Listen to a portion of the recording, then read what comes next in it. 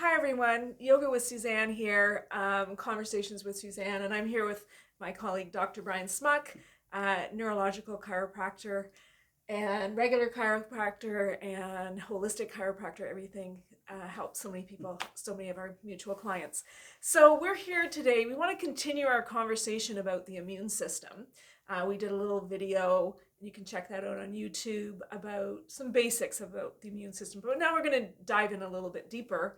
So I want to start off by asking Brian about Brian, how does somebody know if they have a good immune system or not? That's a pretty loaded question. It I think is. it's a very loaded question. I don't know if there is I don't think there is one good test in terms of how do we do that. We can't really see that well on blood work. By the time we see that on blood work, it's usually really quite bad by then. Mm-hmm. I think if we talked about, you've talked in other videos about digestion and gut health, and I Right. think we can really look at like that immune system and digestive system is really one and the same. So if you Right. start to look at some of those for better indicators, if you start to look at some of those gut health kind of indicators, those are pretty good indicators of how your immune system is, right? If you're always, a little snuffly, something's already going on. Right. That's not being, maybe it's an allergy, maybe it's just your immune system's fired up for something, or, that leaky gut type thing that also is affecting your immune system, your ability to fight things off. Because if you're digesting or absorbing um, bits of food that are too big, your immune system's already fired up. Right. So it's already on alarm a little bit, and that starts to drag it down a little bit. Right. So we could look at their gut health, and I just Mm-hmm. finished writing an article about that. So please check that out on my blog, SuzanneJ.com. And I talked about all the symptoms that people can have if they have poor gut health. Mm-hmm. And of course, then all those symptoms basically lead to inflammation in the body Yep. somewhere. So, and I think when I see people that have like phlegm, a lot of phlegm in their throat, acid reflux. Mm-hmm. These are sort of like the primary sign that there's a little bit something going on in that person's body. It's a little bit of Yep. inflamed. Because the reason I'm asking this question is because a lot of people say, well, I have a strong immune system, I never get sick. Yep. But yet they have these underlying issues that Yep. are nagging, and they could turn into something more. They're kind of like Yep. these little issues. Oh, my joints hurt, or yeah, acid reflux is a good one. Mm-hmm. Dry skin, eczema, Mm-hmm. indicating maybe that the liver is not working that Yep. well. So they have little symptoms that they've just kind of been ignoring, or they don't sleep well at night. Mm-hmm. That's Absolutely, another one. all of those. Yeah, so there's a lot of, there's a lot of symptoms and a lot of situations where your body is talking to you Mm-hmm. and not really 100%. There's, Yeah. but not chronic enough that you're running to the doctor all the No. time. No. Yeah. Certainly not. It hasn't been blown up to that point. Mm-hmm. And can you just address the issue of like somebody's immune system? Like a lot of people, I deal with a lot of people who have cancer, and they often say, yeah, but I never get a cold, and yet I've got this, or I got, Mm-hmm. now see, autoimmune's a little bit different, but Yeah, very, very, very different. different. Yeah. Very different mechanisms when you're talking about how a cancer or a neoplasm develops, as opposed to how your immune system is supposed. The immune system does jump into that, but it's later on, Mm-hmm. and that's also why cancer is so good at doing what it does. It's because it's such a great mimicker. Your immune system is always looking for things that look foreign, but you have to remember that that cancerous cell is still a part of you. Mm-hmm. So it still has a lot of those receptors and signals that says it's still part of you. So your immune system with those white blood cells might look at it and say, it doesn't look quite right, but we know that's still you. Let's leave it alone. Okay. And that's where a lot of the drug therapies try to actually make those signals fall apart, Mm-hmm. so that cancer cell doesn't look like you anymore. And then your immune system goes in there and gets it. Right. Those are some of the immunotherapies. Right. So versus if you get a virus or a flu, Yeah. right away you're Right away, because that truly is something from outside that's gotten in, and your immune system recognizes it as some kind of foreign invader that's breached the wall. Mm-hmm. But when it's something cancerous, well, that's a part of you already, so it's Mm-hmm. not really sure. Mm-hmm. And that's why you'll hear many people say, well, I haven't been sick a day in my life, and all of a sudden I've got stage 3 metastatic cancer.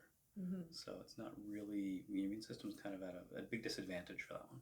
Mm-hmm. Okay, and that's another video that we can Whole talk different about. topic. Yeah, a whole different topic. Let's go back to, so okay, so we're trying to tell you you should be aware of your health, and your immune system is part of that. So what does somebody need to do to, at that very basic level? And then we talked about this a little bit in the last So if interview. we recap last day, if you had to pick one thing outside of all of the other like lifestyle issues, but if you're picking, like, if we're talking nutritional things, the one thing would be, some kind of green powder, some kind of multiple concentrated food source. Mm-hmm. Because with that, you're going to get all sorts of immune factors. You'll get lots of different trace minerals that aren't necessarily in our food all the time.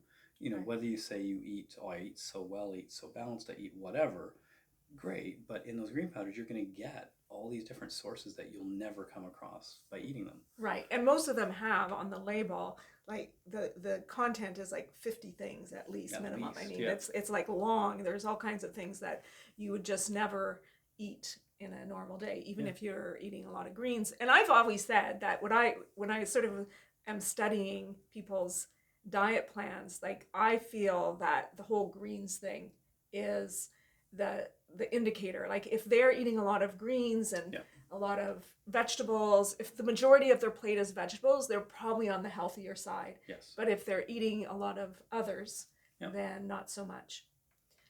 So the greens is kind of like, and then that's also all those prebiotics. Probiotics, and there's enzyme factors in there as well. Right. In the ones, in the products that are designed well, there's still active enzymes in there as well. Mm-hmm. In many of them, you'll get the things that you'll almost never go looking for in the grocery store, like some of the ocean vegetables, like some kelp, some blue-green algae, some phytoplanktons, that kind of thing. Mm-hmm. And again, those things all have other very valuable components to them. Mm-hmm. It's just we don't tend to get them in our, the 8 foods we typically eat. Right. And so the one caution I would have when people are taking greens is to really do read the label on the other ingredients, because often there are fake sugars in there. So anything that ends like a sucralose, OSE, you don't want that. So the good ones either have very minimal or they're stevia. They don't have a lot of fillers and binders in it. So, and if you can't take a powder, then there are pills. You can always do capsules, Yeah. The powders, this is another little trick that I've been telling my students, is like sometimes they don't taste that good. So instead of taking a big glass and trying to drink it all day or putting it in your water bottle, just dilute it with a little bit of water, chug it back. It's a 2-second experience, and you're not it's done. And you're not making yourself sick all day saying, oh, this tastes so awful. Okay, good. So anything else in regard to that basic level? So we talked about the green powders, and if we added, if we had to add the next thing, I think we would both agree that vitamin C and vitamin D would probably be the next 2 for sure. Definitely. Yeah. And we kind of went over that before. And, so and then we talked about a few other things, and those are all great. The question is, so, you've been doing all these good things, and now, damn, I got up and I'm snuffly, or something slightly worse. Yes. Now what do we do? Yeah. So, and we can so now we're looking at, that more of an acute care. Something's happening now. Mm-hmm. We've been invaded. Let's try to put that fire out. How can we support that as best we can? Because we've already been doing the good stuff. How do we now, is there something else we can add to really fight that as quick as possible? Okay, and there's lots that we can talk about here. Okay, so we both could. So why don't you start? What is your number one go-to? Well, I would say I would divide this whole category into 2 real specific streams. You've got things that are very supportive, that actually make your immune system, your white blood cells, work better, faster, reproduce a little quicker. Okay. And I would call those accelerators. Okay. Now, you can't take those all the time because they would just burn you out. Mm-hmm. But in this case, where you've got something happening, that's when you want to turn on the racehorse. Okay. Right? That's been, in normal times, the horses have just been jogging around the track. Mm-hmm. Now something's up. Well, we want more horses on the track, and we want them running faster. Mm-hmm. But that doesn't last long. You can only whip a horse so long before it starts to get tired. So in your accelerator category, that's where things like echinacea, pascalucin, homeopathics like mucococcinum, oscillococcinum, mushroom powders, other homeopathics and botanicals fall into there. Okay. And then the other category would be what I just call them the antis. So you've got accelerators that make you work better, Okay. and antis, which don't really do anything to your immune system, but they help out by directly kind of affecting whatever that pathogen is. So in your anti category, that's your antibiotics, so to speak. So things like, in no particular order, iodine, garlic, colloidal silver, elderberry, black walnut, oregano oil, and you've probably got a few more to add to that. Well, you listed most of them, so that's pretty good. Those are pretty those well are the ones the that ones I lean on all the time. I Um, could go into my cupboard of stuff at home, and Yeah. those are the 5 or 6 things that are ready to go, Yeah. just in case. And there's a couple of, I don't keep a lot of the accelerators. I keep a couple of them, but I don't keep a lot of them. I keep more of those, more of the antis, because if your immune system is already pretty good, help it out by using something that takes no energy at all, Right. like those antis. So and like so okay, when I get a cold or and I feel like I'm coming down with something, I'm like piling everything on. Like I'm taking it all. I'm probably taking 20 things a day. Is that good or bad? Should I just be taking one thing or at a time? I think it's good. I think it's quite good. Okay. But if you have any sniff of an idea, whether it is allergy, bacteria, virus, or parasite, then you Right. can kind of narrow it down a little bit easier. Right. So, allergy, clear snot. Bacteria, usually yellow. Yellow or greeny. Viral, usually more stomachy. Okay. And parasite, that's just a whole different thing. Right. But they often come with those often come with any of those ones anyway. On social media lately, there's been a lot of talk about parasites and how all our food has parasites and our fish has parasites, and a lot of people they're claiming that almost everybody has parasites. Yep. But it doesn't necessarily show in symptoms until Exactly. Yeah. Yeah. Exactly. So you have to get a sense almost what you're dealing with before you can treat it. Correct? Or in some degree, yes. Would oregano oil always be a good first line? Absolutely. Or a little bit of colloidal silver. Right. A little bit of iodine. All of those, absolutely. Okay, just the colloidal silver, because that's controversial as well. Ever since the guy turned blue or whatever. The one guy turned blue. The one guy, but it's drinking actually gallons. a great. Can you talk a little bit about that? It's actually a great remedy or a great source, a thing to use. So very, very, and we're talking tiny, we're talking colloidal amounts. You can't, so colloidal silver is exactly what it sounds like. It is silver molecules dissolved, and then they are dissolved in water. You're talking about 4 to 10-ish parts per million. That's not much. Okay. Right? You're not gonna pour colloidal silver through a coffee filter and find a coin. Right. It just is not like that. You're not or even panning bits for of gold, silver, right? Right. You're not panning for silver there by any means. It's never coming out of solution because it is in that colloidal form. Colloidal silver is extremely antibiotic. Okay. As far as viruses and bacteria go. Okay. But it doesn't really do anything to normal tissues, which is fantastic, right? Bacteria just seem to fall apart when I come across it. There's some really interesting time-lapse microscopy, video microscopy from University of Calgary from a number of years ago, with showing that exact thing. Okay. A little bit of colloidal silver on a bacterium, and the bacterium just starts to fall apart.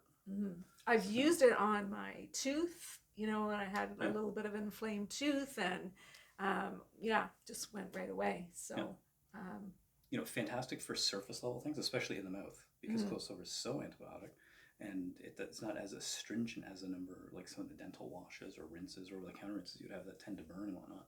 Colloidal silver just doesn't seem to do that. So, and it's also going to get, especially within the mouth, it's going to get, because it's not thick, it's thin like water, it's going to get in between teeth and into the gum line. So it's really quite good there. If you want to rinse out, again, throat comes up, rinse out the tonsils, same thing, some colloidal silver. Whether you gargle it, spit it out, gargle it as well, it doesn't matter. Right. Because you're going to be killing whatever it is. So you can use it for any kind of thing that you would maybe be given an antibiotic for. Yeah. Even like a bladder infection? Yep. Yeah. Okay. Yep. You could do that, and I would certainly look at something like iodine as well. Mm-hmm. Again, iodine's very antibiotic, very antibacterial. It's still, it's still used in various parts of the world for water purification. So it kills everything. Right. And actually, I always bring a bottle of iodine with me when I go traveling When you're and traveling, put yeah, in my water and make sure that I don't brush my teeth with yeah, just any other water, yeah, just that. just a drop or two Yeah. is all it takes. There's different types of iodine though. What type should people be buying? Does it matter? It doesn't really matter. The two iodine, the two that you're going to find are going to be the red one that people will see, generally what you would call Lugol's iodine, Mm-hmm. red kind of tinge to it. It smells really strong like chlorine because it's in the same family on the periodic table. But I would not recommend drinking that straight because it will burn. It's very strong. Okay. It is a halide. It's a noble gas. But you can drink it. You can drink it, just dilute it with some Dilute water. it. Yep. Okay. So if you're gonna have like say 10 or 20 drops, put it in a little bit of water just so it's not going to be directly on the skin for too long. In the mouth, it will burn. The other iodine is clear, and it's generally potassium iodide. If you see iodine tabletized, it's usually potassium iodide as well. And that one it's about the same. It's just that you've got an iodine molecule bonded to a potassium molecule. Right. When it goes in you and hits your stomach acid, they fall apart, and you're left with an iodine and a potassium. It's not enough potassium to say, hey, can I get my potassium from there too? Well, not really, because there's not enough. Okay. So it's not a potassium supplement anyway, but you'll get like a hint, like just a trace amount. But you only need a trace amount of iodine to do a great job for those sorts of things, and even just for general thyroid function anyway. Mm-hmm. So people can use that as a preventative as well as iodine, as well as a remedy. Yeah, it's thyroid food. Yeah. Yeah, yeah, because exactly. Okay, so moving on there, the other thing I want to say about oregano is that you can take it in pill form because it's very also burning in the mouth. It doesn't have to be liquid. Yeah. And how about garlic? There's a garlic you can buy that does not deodorized. Yeah, deodorized. You can go capsulized. You can go real food if you want to chew it. Go right ahead. Yeah. I think the other thing on the list that I didn't have on there that we still use is some propolis made by bees. Mm-hmm. Liquid or capsules, also extremely antiviral. Right. The liquid tastes atrocious. The little kernels don't taste that great either, but no. I just mix them in with some. How about raw honey then? Is that in the same family or? Not exactly. Okay. No, not exactly. One thing I learned recently about honey was that when you should always buy it raw, because when you buy it in the cooked version or pasteurized version, it's actually more like corn syrup, so it has much higher on the glycemic index. Yeah. So and it doesn't have as many health properties. So you really want to buy the raw, liquidy, and if you do buy it and it firms up, you don't put it in the microwave or in a thing of boiling water, because then you're doing the same thing. You're causing it to be more like corn syrup. So what you do is you just put it in a little bath to melt it. A warm bath. So that's interesting as well. Mm-hmm. And of course, elderberry, you mentioned, is a huge trend right now. Everything's elderberry this and elderberry that. Is it? Because I haven't been watching or reading anything. Yeah, it's definitely elderberry is out there as a remedy, and elderberry syrups and teas and the whole bit. So and you can go pretty much in any direction with that. Obviously, I'm more preferable towards the lower sugar things. Mm-hmm. So if you get like an elderberry syrup that's all sweetened down, that may not be the best thing. Mm-hmm. I know there's several brands of the stuff, so you can just get a concentrated elderberry extract or juice. It doesn't taste very good. So then you brought up this topic, which we could have talked at the beginning about it, but not only you're taking the greens, but of course at the same time you want to eliminate as much sugar as you can. Yes. For whatever kind of situation, that health issue you have, really sugar is not good. It's and sugar feeds bacteria, sugar feeds cancer, sugar feeds inflammation. So why buy a syrup high in sugar? Because then you're just doing one good thing and the bad thing on the opposite side. You're just feeding into that need to have it taste good. Mm-hmm. Okay. Whereas get the stuff that tastes bad. It's better for you. Yeah. I think there's a cough commercial like that, right? Something like that. Yeah. The worse it is, the better it is for you. With elderberry, that it really shines with viruses. That's where it really has most of its research written in the botanical journals. Mm-hmm. Viruses have long, they're just strands of proteins, but they've got these long like antenna type things, receptors, projectors, those sorts of things. And what happens with elderberry, it will coat the virus, Mm-hmm. and those projections fall off. Okay. And those projections are necessary because it's necessary for the virus, because the virus, to get into you, needs to float along, come up to a cell, basically inject its protein into your cell to replicate. Okay. But if that elderberry coats it and knocks it all off, it's now inert. Okay. So we've got our antis and we've got our accelerators. Is that what we're calling them? And we talked about echinacea and then some of the homeopathics. And how does one determine? Again, should you take them all, or how do you determine which ones are going to be the best for you? You could pretty much pick one or two from each list and just have them on hand. Yeah. Now, and that'll cover a lot of bases that you come across. Okay. And of course,